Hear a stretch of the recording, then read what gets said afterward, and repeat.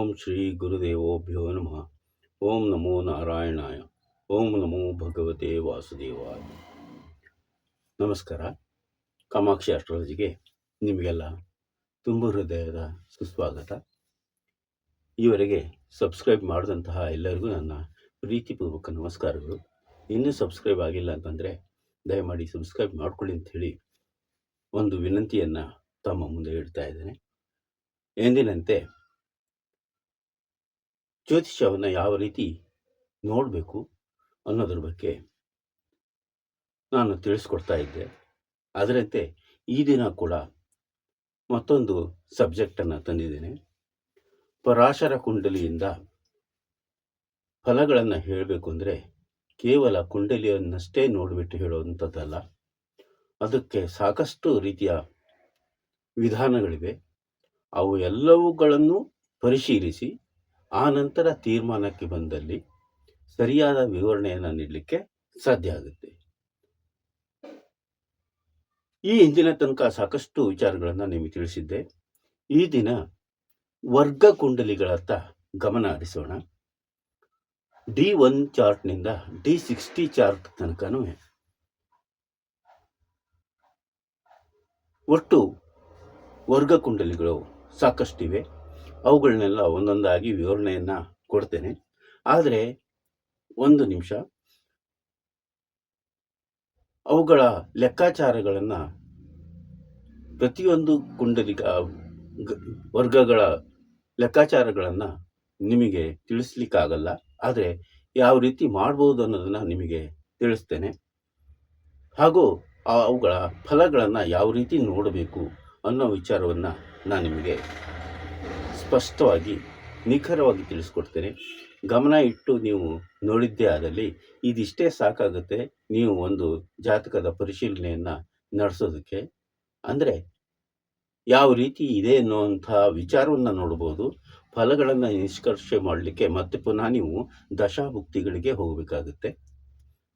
ಕುಂಡಲಿಯ ಸಮಗ್ರ ಚಿತ್ರಣ ನೋಡಬೇಕಾದ್ರೆ ಈ ಗ್ರಹ ಕುಂಡಲಿಗಳ ವರ್ಗಗಳನ್ನು ನೀವು ಗಮನಿಸಬೇಕಾಗುತ್ತೆ. ಬೇಕಿದ್ದರೆ ಸ್ಕ್ರೀನ್ಶಾಟನ್ನು ಈಗಲೇ ತೆಗೆದುಕೊಳ್ಳಿ. ಈ ರೀತಿ ಒಂದು D20 ಅಂದರೆ D1ನಿಂದ 20 ವರ್ಗ ಕುಂಡಲಿಗಳು ಬರುತ್ತವೆ. 20 ವರ್ಗ ಕುಂಡಲಿಗಳಲ್ಲಿ ಎಲ್ಲ ವಿವರಣೆಗಳನ್ನು ನಾನು ಇಲ್ಲಿ ನೀಡಿದ್ದೇನೆ. ಅವುಗಳನ್ನ ಒಂದೊಂದಾಗಿ ನಾನು ಹೇಳ್ತೀನಿ. ಒಂದೊಂದಾಗಿ ಹೇಳೋದಕ್ಕಿಂತ ಮೊದಲು ನಾನು ಈ ಕುಂಡಲಿಯ ಯಾವುದಾದ್ರೂ ಒಂದು ವಿಚಾರವನ್ನು ನಿಮಗೆ ಹೇಗೆ ನೋಡಬೇಕು ಅನ್ನೋದ್ರ ಬಗ್ಗೆ ತಿಳಿಸ್ಕೊಟ್ಟು ಆನಂತರ ಈ ವರ್ಗ ಕುಂಡಲಿಗಳ ಬಗ್ಗೆ ವಿವರಣೆಯನ್ನು ನಿಮಗೆ ನೀಡ್ತಾ ಇದ್ದೇನೆ. ಮೊದಲು ಈಗ ಸಾಮಾನ್ಯವಾಗಿ ನವಾಂಶ ಕುಂಡಲಿಯನ್ನು ತೆಗೆದುಕೊಳ್ಳೋಣ. ವಿವಾಹಕ್ಕೆ ಅಗತ್ಯವಾದಂಥದ್ದು ನವಾಂಶ ಕುಂಡಲಿ. ಹಾಗಾಗಿ ಇಲ್ಲಿ ಒಂದು ಕುಂಡಲಿ ಇದೆ. 5/8/1958 ಬೆಳಗ್ಗೆ 7:15ಕ್ಕೆ ಜನಿಸಿದ್ದು. ಲಗ್ನ ಸಿಂಹ ಲಗ್ನ. ಲಗ್ನದಲ್ಲಿ ಬುಧ, 3ನೇ ಮನೆಯಲ್ಲಿ ಗುರು ರಾಹು, 4ನೇ ಮನೆಯಲ್ಲಿ ವಕ್ರ ಶನಿ, 8ನೇ ಮನೆಯಲ್ಲಿ ಚಂದ್ರ, 9ರಲ್ಲಿ ಕುಜ ಕೇತು, 11ರಲ್ಲಿ ಶುಕ್ರ, 12ರಲ್ಲಿ ರವಿ. ಇದರ ನವಾಂಶ ಹೇಗೆ ಬರುತ್ತೆ, ಯಾವ ರೀತಿ ಬರುತ್ತೆ ಅನ್ನೋದನ್ನು ನಾವು ನೋಡಿದಾಗ ನವಾಂಶದಲ್ಲಿ ಲಗ್ನ ಮೇಷ ಆಗುತ್ತೆ. ಇಲ್ಲಿ ಕೇತು ಬರ್ತಾನೆ. ಇಲ್ಲಿ ಶುಕ್ರ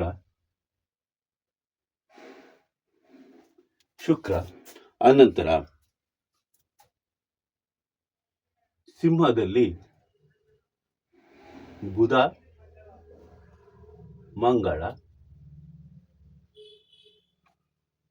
ತುಲಾದಲ್ಲಿ ಗುರು ರಾಹು,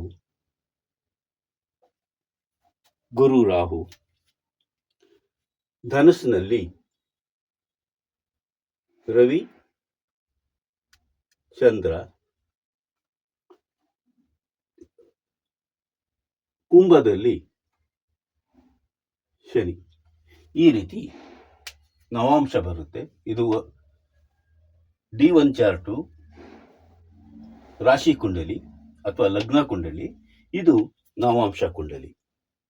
ನವಾಂಶ ಕುಂಡಲಿಯನ್ನ ಹೇಗೆ ನೋಡಬೇಕು ಅನ್ನೋದನ್ನ ಇಲ್ಲಿ ನಾನು ತೋರಿಸಿದ್ದೀನಿ. ಇದನ್ನ D9 ಅಂತ ಕರೀತಾರೆ, ನವಮಾಂಶ ಕುಂಡಲಿ. ರಾಶಿಯನ್ನ 3 ಡಿಗ್ರಿ 20 ನಿಮಿಷ ಮಾಡಿದರೆ ಆಗ ನವಾಂಶ ಕುಂಡಲಿ ಬರುತ್ತೆ. ಅಂಥದ್ದು 9 ಭಾಗಗಳಾಗಿ ವಿಂಗಡಿಸ್ತಾರೆ. ಅದನ್ನ ನವಾಂಶ ಕುಂಡಲಿ ಅಂತ ಕರೀತಾರೆ. ಈ ನವಾಂಶ ಕುಂಡಲಿಯಲ್ಲಿಂದ ನಾವು ಸಂಗಾತಿಯನ್ನು ನೋಡ್ಬೋದು, ಸಂಬಂಧಗಳನ್ನು ನೋಡ್ಬೋದು, ವಿವಾಹವನ್ನ ನೋಡ್ಬೋದು. ಅದಕ್ಕೆ ಮುಖ್ಯ ಮನೆ 7 ಆಗಿರುತ್ತೆ. ಅಧಿಪತಿಗಳು ಶುಕ್ರ ಮತ್ತು ಕುಜ ಆಗ್ತಾರೆ. ಅಂದ್ರೆ ಶುಕ್ರ ಮತ್ತು ಕುಜ ಗ್ರಹಗಳನ್ನು ಕೂಡ ವಿವಾಹದ ಸಂಬಂಧದಲ್ಲಿ ನಾವು ನೋಡ್ಬೇಕಾಗುತ್ತೆ. ನಾವು ಇಲ್ಲಿ ಲಗ್ನ ಕುಂಡಲಿಯಿಂದ ನೋಡಿದಾಗ ಸಿಂಹ ಲಗ್ನ, 7ರ ಅಧಿಪತಿ ಶನಿ.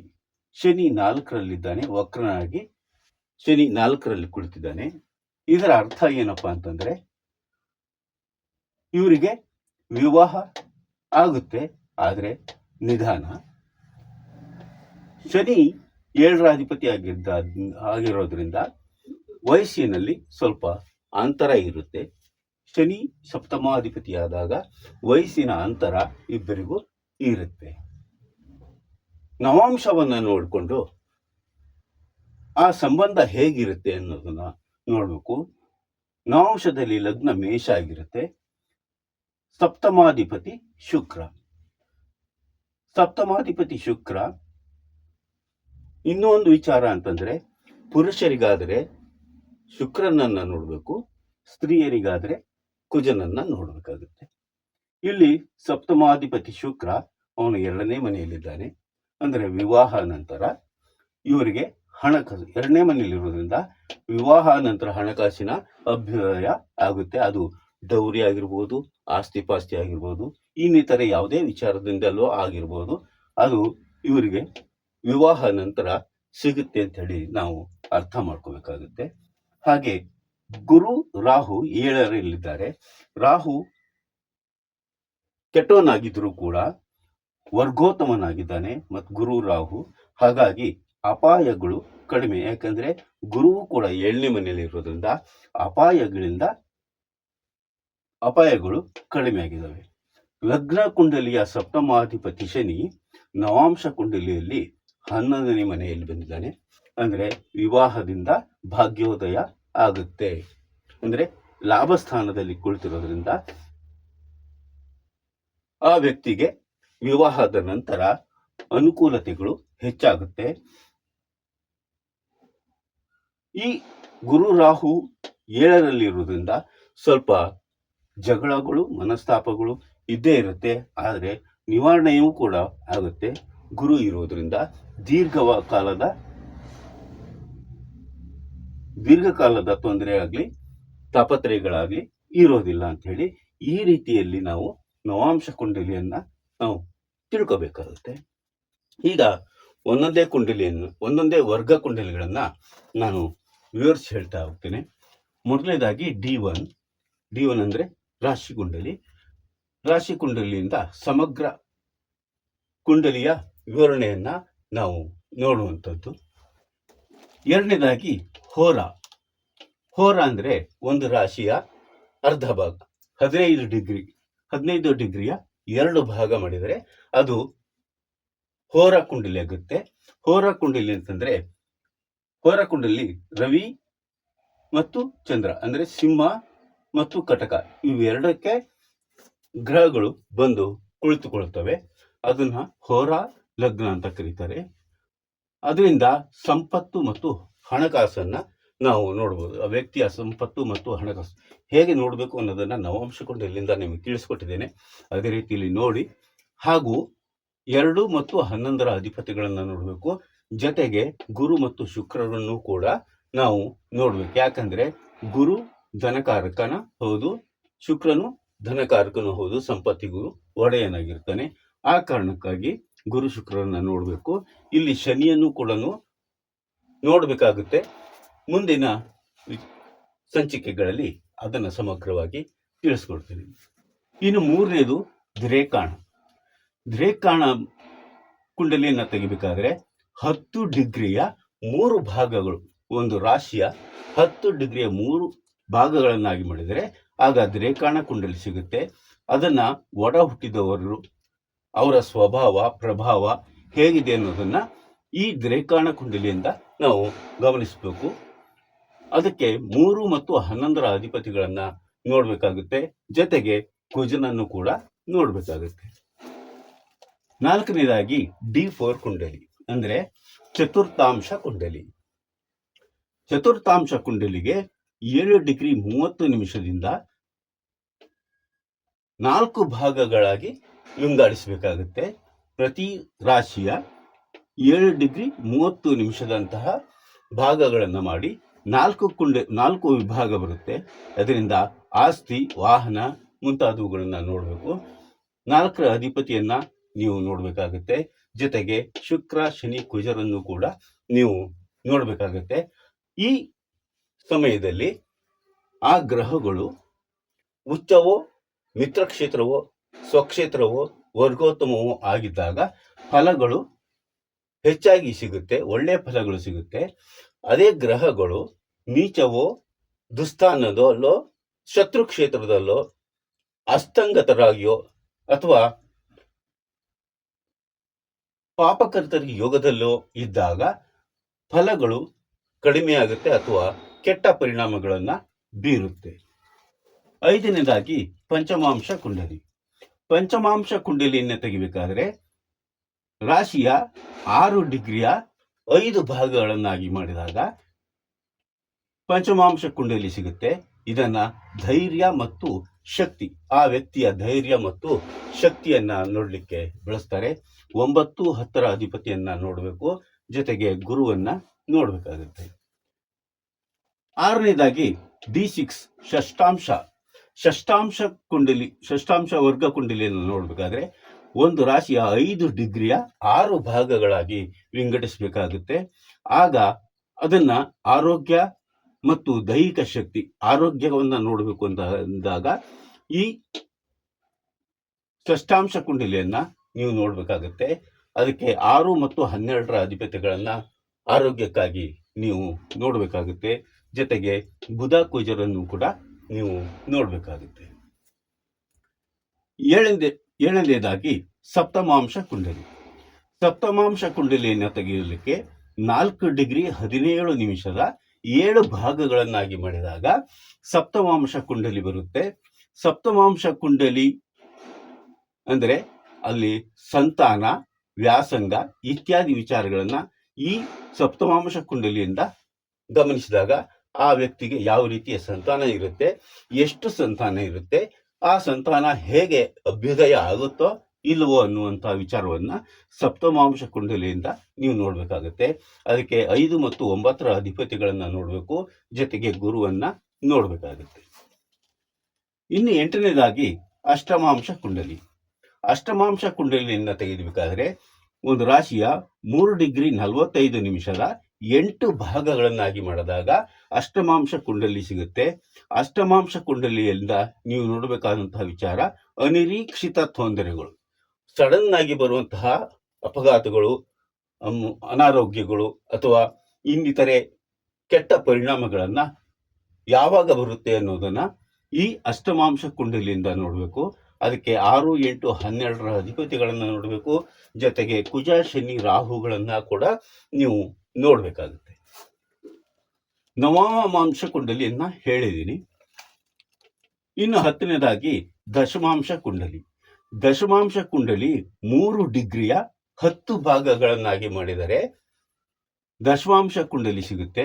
ಅದರಿಂದ ಉದ್ಯೋಗ ಮತ್ತು ಆತನ ಕ್ರಿಯಾಶಕ್ತಿ, ಸಂಪನ್ಮೂಲ ಇವೆಲ್ಲ ಇದನ್ನ ದಶಮಾಂಶ ಕುಂಡಲಿಯಿಂದ ನೋಡ್ಬೇಕು. ಯಾವ ರೀತಿಯ ಉದ್ಯೋಗ ಸಿಗುತ್ತೆ, ಆ ವ್ಯಕ್ತಿಯ ಉದ್ಯೋಗ ಆತನಿಗೆ ಶುಭವೋ ಅಶುಭವೋ, ಯಾವ ವಿಭಾಗದಲ್ಲಿ ಉದ್ಯೋಗ ಸಿಗುತ್ತೆ ಅನ್ನೋದನ್ನ ಆ ದಶಮಾಂಶ ಕುಂಡಲಿಯಿಂದ ನೋಡ್ಬೇಕಾಗುತ್ತೆ. 6 ಮತ್ತು 10ರ ಅಧಿಪತಿಗಳನ್ನ ಕೂಡ ನೋಡ್ಬೇಕು. ಜೊತೆಗೆ ಶನಿಯನ್ನು ನೋಡ್ಬೇಕು. ಶನಿ ಅಂತಂದ್ರೆ ಕರ್ಮಕಾರಕನಾದ್ರಿಂದ ಶನಿಯನ್ನು ಕೂಡ ನೀವು ನೋಡ್ಬೇಕಾಗತ್ತೆ. ಅದರ ನಂತರ 11ನೇದಾಗಿ D11 ಏಕಾದಶಾಂಶ ವರ್ಗ. ಏಕಾದಶಾಂಶ ವರ್ಗವನ್ನ ನೀವು ತೆಗಿಬೇಕು ಅಂತಂದ್ರೆ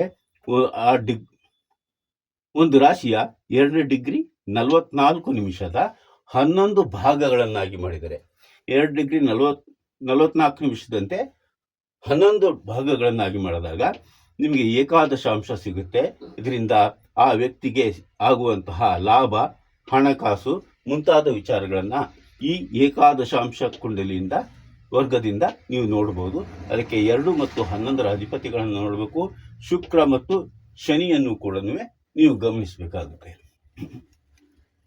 ಅದರ ನಂತರ D13 ದ್ವಿದಶಾಂಶ ವರ್ಗ ಕುಂಡಲಿ, ಇದನ್ನ ತೆಗಿಬೇಕಾದ್ರೆ ಪ್ರತಿ ರಾಶಿಯ 2 ಡಿಗ್ರಿ 30 ನಿಮಿಷದ 12 ಭಾಗಗಳನ್ನಾಗಿ ಮಾಡಿದಾಗ ಆಗ ಈ ದ್ವಿದಶಾಂಶ ಕುಂಡಲಿ ಸಿಗುತ್ತೆ.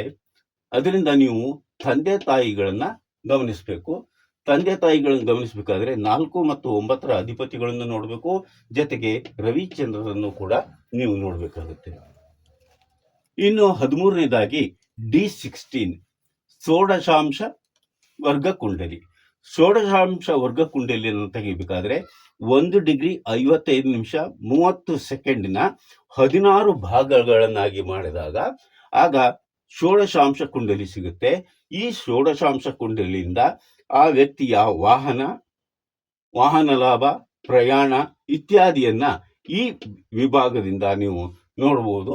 ಅದರಿಂದ ಆ ವ್ಯಕ್ತಿಗೆ ಸಿಗಬಹುದಂತಹ ವಾಹನ ಸೌಖ್ಯ, ಪ್ರಯಾಣ ಇತ್ಯಾದಿ ವಿಚಾರಗಳನ್ನ ನೀವು ನೋಡಬಹುದು. ಅದಕ್ಕಾಗಿ 4, 9, 12ರ ಅಧಿಪತಿಗಳನ್ನ ನೋಡಬೇಕು. ಜೊತೆಗೆ ಶುಕ್ರ, ಶನಿ, ಕುಜರನ್ನು ಕೂಡ ನೀವು ನೋಡಬೇಕಾಗುತ್ತೆ. ಇನ್ನು 14ನೇದಾಗಿ D20 ವಿಂಶಾಂಶ ಕುಂಡಲಿ. ವಿಂಶಾಂಶ ಕುಂಡಲಿ ವರ್ಗವನ್ನ ನೀವು ನೋಡಬೇಕಾಗುತ್ತೆ. ಅದನ್ನು ತೆಗಿಬೇಕಾದ್ರೆ ಪ್ರತಿ ರಾಶಿಯ 1 ಡಿಗ್ರಿ 30 ನಿಮಿಷದ 20 ಭಾಗಗಳನ್ನಾಗಿ ಮಾಡಿದಾಗ ವಿಂಶಾಂಶ ಕುಂಡಲಿ ಸಿಗುತ್ತೆ. ಇದರಿಂದ ಆ ವ್ಯಕ್ತಿಯ ಧರ್ಮ, ಧಾರ್ಮಿಕ ಭಾವನೆ, ಶ್ರದ್ಧೆ, ಭಕ್ತಿ ಇತ್ಯಾದಿ ವಿಚಾರಗಳನ್ನ ಈ ವಿಂಶಾಂಶ ಕುಂಡಲಿಯಿಂದ ನೀವು ನೋಡಬಹುದು. ಅದಕ್ಕಾಗಿ ನೀವು 9, 10ರ ಅಧಿಪತಿನ ಮತ್ತು ಗುರುವನ್ನ ನೀವು ನೋಡಬೇಕಾಗುತ್ತೆ. ಇನ್ನು 15ನೇದಾಗಿ D24 ಚತುರ್ವಿಂಶಾಂಶ ವರ್ಗ ಕುಂಡಲಿ ಅಂತ ಕರೀತಾರೆ. ಚತುರ್ವಿಂಶಾಂಶ ವರ್ಗ ಕುಂಡಲಿಯನ್ನು ತೆಗೆಯಬೇಕಾದ್ರೆ 1 ಡಿಗ್ರಿ 15 ನಿಮಿಷದ 24 ಭಾಗಗಳನ್ನಾಗಿ ಮಾಡಿದಾಗ ಚತುರ್ವಿಂಶಾಂಶ ವರ್ಗ ಕುಂಡಲಿ ಸಿಗುತ್ತೆ. ಅದನ್ನ ಆ ವ್ಯಕ್ತಿಯ ವಿದ್ಯಾಭ್ಯಾಸ, ಕಲಿಕೆ, ಜ್ಞಾನ ಇತ್ಯಾದಿ ವಿಚಾರಗಳನ್ನ ಈ ವರ್ಗ ಕುಂಡಲಿಯಿಂದ ನೋಡಬಹುದು. ಅದಕ್ಕಾಗಿ 2, 4, 5, 9ರ ಅಧಿಪತಿಗಳನ್ನ ಮತ್ತು ಬುಧ, ಗುರುಗಳನ್ನ ಕೂಡ ನೀವು ನೋಡಬೇಕಾಗತ್ತೆ. ಹಾಗೆ D16 D27 16ನೇದಾಗಿ D27 ಸಪ್ತವಿಂಶಾಂಶ ವರ್ಗ ಕುಂಡಲಿ. ಈ ವರ್ಗ ಕುಂಡಲಿನ ನೋಡಬೇಕಾದ್ರೆ 1 ಡಿಗ್ರಿ 6 ನಿಮಿಷ 40 ಸೆಕೆಂಡ್ಗಳ 27 ಭಾಗಗಳನ್ನಾಗಿ ಮಾಡಿದಾಗ ಆಗ ಈ ಸಪ್ತವಿಂಶಾಂಶ ಕುಂಡಲಿ ಸಿಗುತ್ತೆ. ಇದನ್ನ ಆ ವ್ಯಕ್ತಿಯ ಶಕ್ತಿ, ದೌರ್ಬಲ್ಯ ಇತ್ಯಾದಿ ವಿಚಾರಗಳನ್ನ ನೀವು ಈ ಕುಂಡಲಿ ಮುಖಾಂತರ, ಈ ವರ್ಗ ಕುಂಡಲಿ ಮುಖಾಂತರ ನೋಡಬಹುದು. ಅದಕ್ಕಾಗಿ 8 ಮತ್ತು 10ರ ಅಧಿಪತಿಗಳನ್ನು ನೋಡಬೇಕು. ಕುಜ, ಶನಿ, ರಾಹು, ಕೇತು ಈ ಗ್ರಹಗಳನ್ನು ಕೂಡ ನೀವು ಗಮನಿಸಬೇಕಾಗುತ್ತೆ. ನಂತರ 17ನೇದಾಗಿ D30 ತ್ರಿಂಶಾಂಶ ಕುಂಡಲಿ. ತ್ರಿಂಶಾಂಶ ಕುಂಡಲಿನ ತೆಗೆಯಬೇಕಾದ್ರೆ 1 ಡಿಗ್ರಿಯ 30 ಭಾಗಗಳನ್ನಾಗಿ ಮಾಡಿದರೆ ಒಂದು ರಾಶಿಯ ರಾಶಿಗೆ 1 ಡಿಗ್ರಿಯಂತೆ 30 ಭಾಗ, ಅಂದ್ರೆ ಒಂದು ರಾಶಿಗೆ 30 ಡಿಗ್ರಿ ಇರುತ್ತೆ ಪ್ರತಿ ರಾಶಿಗೂ. ಹಾಗೆ 1 ಡಿಗ್ರಿಗೆ 30 ಭಾಗಗಳನ್ನ ಮಾಡಿದಾಗ ತ್ರಿಂಶಾಂಶ ಕುಂಡಲಿ ಸಿಗುತ್ತೆ. ಅದರಿಂದ ದುಷ್ಟ ಶಕ್ತಿಗಳು, ದೆವ್ವ, ಪೀಡೆ, ಪಿಶಾಚಿ ಅಥವಾ ಮಾಟ ಮಂತ್ರ ಏನಾಗಿದೆಯೋ ಅದನ್ನೆಲ್ಲ ನೋಡ್ಲಿಕ್ಕೆ ಈ ತ್ರಿಂಶಾಂಶ ಕುಂಡಲಿಯನ್ನು ಉಪಯೋಗಿಸ್ಬೇಕು. ಹಾಗೆ ಆತನಲ್ಲಿ ಸಾಧನೆ ಹೇಗಿರುತ್ತೆ, ಉತ್ತಮವಾಗಿದೆಯೋ, ಕಳಪೆ ಆಗಿದೆಯೋ, ಕಳಪೆ ಆಗಿದ್ರೆ ಅದು ಗೊತ್ತಾಗುತ್ತೆ. ಮತ್ತೆ ಪರೀಕ್ಷೆಗಳಲ್ಲಿ ಪಾಸ್ ಆಗ್ತಾರೋ ಫೇಲ್ ಆಗ್ತಾರೋ ಅಂತೇಳಿ ನೋಡ್ಲಿಕ್ಕೂ ಕೂಡ ಅದನ್ನ ಉಪಯೋಗಿಸಿದರೆ ಅಲ್ಲಿ ಸರಿಯಾದ ಫಲಗಳು ಸಿಗುತ್ತೆ. ಆನಂತರ 18ನೇದಾಗಿ D40 ಕಾವೇದಾಂಶ ಅಂತ ಹೇಳಿ ಕರೀತಾರೆ. ಅದನ್ನ 45 ನಿಮಿಷಗಳ 40 ಭಾಗಗಳನ್ನಾಗಿ ಮಾಡಿದಾಗ ಕಾವೇದಾಂಶ ಸಿಗುತ್ತೆ. ಅದನ್ನ ತಾಯಿಯ ಪರಂಪರೆ, ಅಂದ್ರೆ ಆ ವ್ಯಕ್ತಿಯ ತಾಯಿಯ ಪರಂಪರೆ ಹೇಗಿರುತ್ತೆ, ತಾಯಿ, ಅವ್ರ ತಾಯಿ, ಮುತ್ತಜ್ಜಿ, ಹೀಗೆ ಅವರುಗಳು ಬೆಳೆದು ಬಂದಂತಹ ಪದ್ಧತಿ ಹೇಗಿದೆ, ತಾಯಿ ಹೇಗಿರ್ತಾರೆ, ಇದನ್ನೆಲ್ಲ, ತಾಯಿ ಕಡೆ ಆಸ್ತಿ ಹೇಗಿರುತ್ತೆ, ಇನ್ನೆಲ್ಲ ನೋಡ್ಲಿಕ್ಕೆ ಅಂತಂದ್ರೆ ಕಾವೇದಾಂಶ 45 ಡಿಗ್ರಿಯ 40 ಭಾಗಗಳನ್ನಾಗಿ ಮಾಡಿದಾಗ ಸಿಗುತ್ತೆ. ಅದಕ್ಕಾಗಿ 4ರ ಅಧಿಪತಿಯನ್ನ ನೋಡಬೇಕು ಮತ್ತು ಚಂದ್ರನನ್ನ ನೀವು ನೋಡ್ಬೇಕಾಗುತ್ತೆ. ಚಂದ್ರ ತಾಯಿಗೆ ಕಾರಕನಾಗಿದ್ದರಿಂದ ಚಂದ್ರನನ್ನ ನೀವು ನೋಡಬೇಕು. ಇನ್ನು 19ನೇದಾಗಿ D45 ಅಕ್ಷ ವೇದಾಂಶ ಅಂತ ಕರೀತಾರೆ. ಇದು 40 ನಿಮಿಷದ 45 ಭಾಗಗಳನ್ನಾಗಿ ಮಾಡಿದ್ದಾರೆ. ಆಗ ಅಕ್ಷ ವೇದಾಂಶ ಸಿಗುತ್ತೆ. ಇದನ್ನ ತಂದೆಯ ಪರಂಪರೆಯನ್ನ ನೋಡ್ಲಿಕ್ಕೆ ಬಳಸ್ತಾರೆ. ತಂದೆಯ ಸಂಬಂಧ, ತಂದೆಯ ಸ್ಥಿತಿಗತಿ ಮತ್ತು ತಂದೆಯ ಆಸ್ತಿ ಪಾಸ್ತಿ ಯಾವುದನ್ನು ಬೇಕಾದ್ರೂ ಈ ಅಕ್ಷ ವೇದಾಂಶ ವರ್ಗ ಕುಂಡಲಿಯಿಂದ ನೋಡಬಹುದು. ಅದಕ್ಕಾಗಿ ನೀವು 9ರ ಅಧಿಪತಿಯನ್ನು ನೋಡಬೇಕು, ಜೊತೆಗೆ ರವಿಯನ್ನು ಕೂಡ ನೀವು ನೋಡ್ಬೇಕಾಗತ್ತೆ. ಕೊನೆಯದಾಗಿ 20ನೇದಾಗಿ D60 ಷಷ್ಟಾಂಶ ಅಂತ ಕರೀತಾರೆ. ಷಷ್ಟಾಂಶ ಕುಂಡಲಿನ ತೆಗಿಬೇಕಾದ್ರೆ 30 ಡಿಗ್ರಿಯ 60 ಭಾಗಗಳನ್ನಾಗಿ ಮಾಡಿದರೆ, 30 ಡಿಗ್ರಿಯನ್ನು 60 ಭಾಗಗಳನ್ನಾಗಿ ಮಾಡಿದಾಗೆ ಷಷ್ಟಾಂಶ ಕುಂಡಲಿ ಸಿಗುತ್ತೆ. ಷಷ್ಟಾಂಶ ಕುಂಡಲಿಯಿಂದ ಪೂರ್ವಜನ್ಮ ವೃತ್ತಾಂತ ವಿಚಾರಗಳನ್ನ ತಿಳ್ಕೋಬಹುದು. ಮನುಷ್ಯನ ಪೂರ್ವಜನ್ಮದಲ್ಲಿ ಯಾವ್ಯಾವ ರೀತಿಯ ವಿಚಾರಗಳಿರುತ್ತೆ ಅನ್ನೋದನ್ನ ನಾವು ತಿಳ್ಕೋಬೇಕಾಗುತ್ತೆ. ಅಂದ್ರೆ 1 ಡಿಗ್ರಿಯ ಅರ್ಧ ನಿಮಿಷ ಮಾಡಿದಾಗ 30ರಲ್ಲಿ 1ಕ್ಕೆ ಅರ್ಧ ಮಾಡಿದಾಗ 15 ಬಂತು. ಆ ರೀತಿಯಲ್ಲಿ 60 ಭಾಗಗಳನ್ನಾಗಿ ಮಾಡಿದರೆ ಆವಾಗ ಷಷ್ಟಾಂಶ ನಿಮಗೆ ಸಿಗುತ್ತೆ. 5 ಮತ್ತು 9ರ ಅಧಿಪತಿಗಳನ್ನು ನೋಡಬೇಕು, ಜೊತೆಗೆ ರವಿ ಗುರುಗಳನ್ನ ನೀವು ನೋಡ್ಬೇಕಾಗತ್ತೆ. ಈ ರೀತಿಯಲ್ಲಿ ವರ್ಗ ಕುಂಡಲಿಯನ್ನ ತೆಗೆದು ನೀವು ನೋಡಬಹುದು.